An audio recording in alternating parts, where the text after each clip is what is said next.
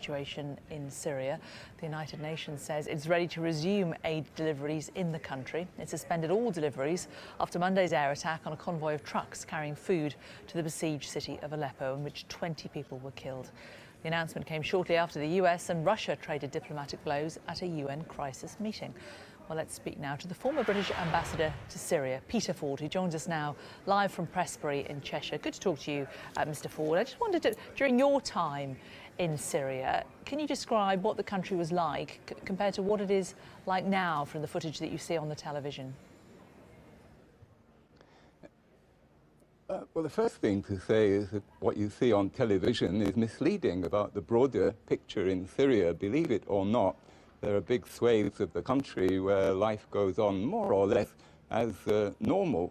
In the downtown of Damascus and even the downtown of western Aleppo, there are pavement cafes with people supping cups of Turkish coffee. But overall, of course, the picture is dreadful, hideous, the amount of suffering. But let us not be confused by the inevitable media coverage of all the things that are wrong in Syria. How do you feel the West has handled President Assad over the last few years? Do you think that he's been handled in the right way?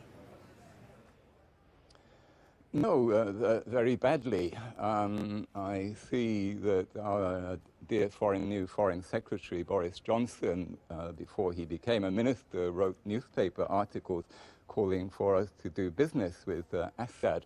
Well, now he's changed his tune, and it seems that he has been successfully groomed by my former colleagues, smoothies in the Foreign Office, and he now toes the line saying that Assad must go. The British government's policy, although they disguise it with euphemisms, is regime change. They call it by this euphemism transition, but that is what it means. Our country is working actively for the overthrow of a secular regime in the Middle East that has never done Britain any harm, and on the contrary is fighting against the common foe of Islamic State. We are muddling through, just following on the coattails of the Americans. But Assad's actions against IS don't also hide the fact that he has also killed a huge number of his own civilians. Indeed, there have been civilian sides. I'm afraid the media generally don't cover the suffering in government-controlled areas, but it is at least as great as the suffering in places like eastern Aleppo. There is a western Aleppo where you could get harrowing pictures, but I'm awfully sorry about that. As you can see, we had some real technical difficulties talking to Peter Ford, the former British ambassador to Syria. Interesting conversation to have with him. We'll try and re-establish that line if we can, so our apologies about that. Well, a short while ago we were affected by the technology, but he's stayed with us. Thanks very much for that. Live from Prestbury in Cheshire.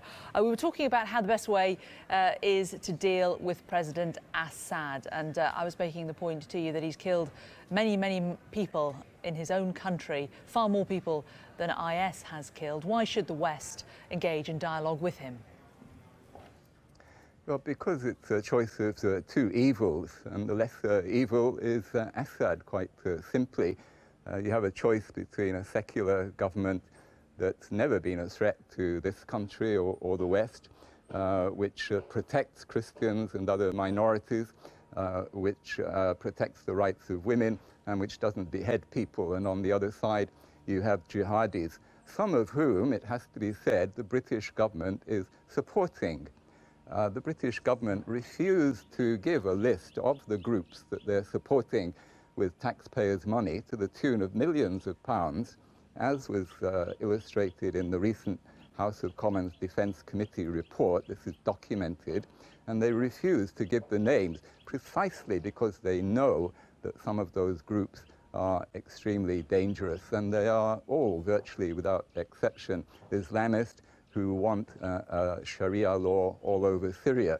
It's a choice of the lesser evil, but it's a no-brainer. Let's engage our brains here. We should not be on the same side as Al-Qaeda. Many of the groups that we're supporting work hand in glove with Al-Qaeda, and that is why the ceasefire has broken down, because these groups are refusing to disengage from their allies in Al-Qaeda.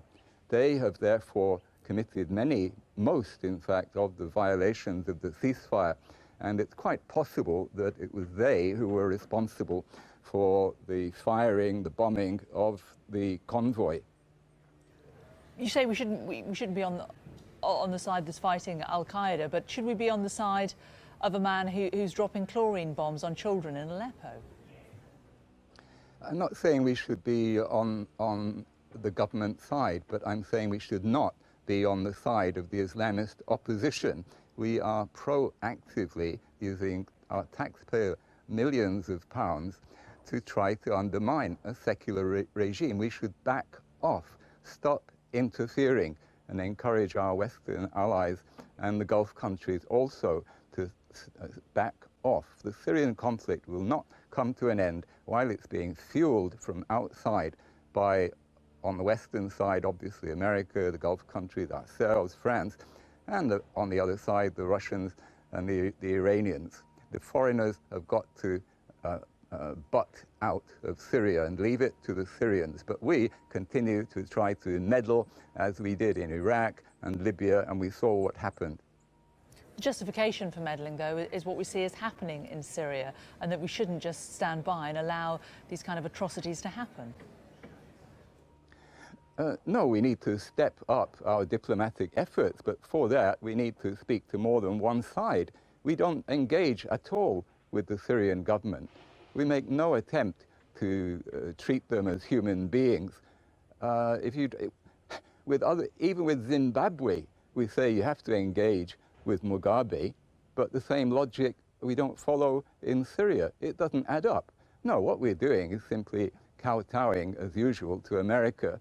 We've become the amen corner to America and would not dare to go against their diktat. So should we be backing Russia and helping President Assad?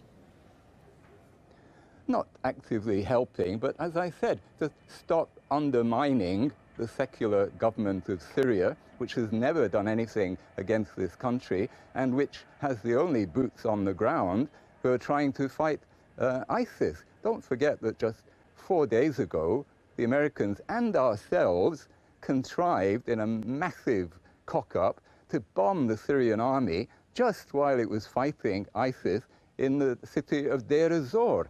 Okay, we say it was a mistake, but this just symbolizes the muddle that we've got ourselves into. What about boots on the ground in terms of the neighbouring countries? We have provided air support already to attacks in the north of the country. Do you think we should be providing boots on the ground in Iraq? My instinct is that you're going to say no. Iraq is a different case altogether. In Iraq, we're working with an elected government, which has broad international backing and where the enemy is clear. The situation is much simpler and clear-cut. Syria is a big mess, as anybody can see. We're dabbling in it. We're making it worse. We have no clear way forward.